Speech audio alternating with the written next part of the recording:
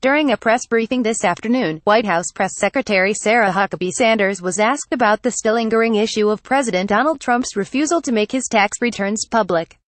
The Trump team has consistently countered critics by saying that since the president's returns are being audited, he cannot release them publicly. NBC's Hallie Jackson picked up on this issue and posed the following question. "You said, on Tuesday, that as long as President Trump's taxes are under audit, he's not going to release them. His 2016 taxes, to our knowledge, are not under audit unless they are." To which Sanders replied, "The president's taxes, no matter who the president is, actually immediately go under audit after being filed." Sanders' excuse, therefore, is that President Trump still can't release his taxes because they're presently subject to an automatic audit. Except that's not really the case.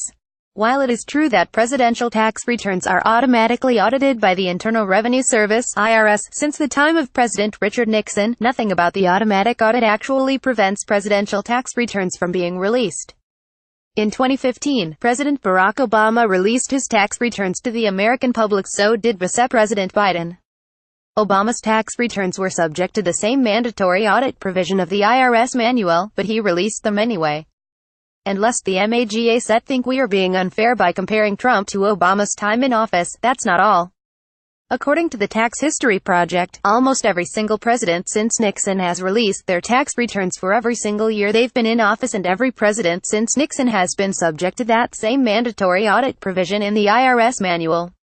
The only currently unavailable tax returns are one each from Presidents George H.W. Bush and Jimmy Carter, and all of those belonging to Gerald Ford, who only released summary data about tax years 19,661,975. Nothing is stopping Trump from releasing his taxes, and to be clear, those returns will be under audit at least until he leaves the White House.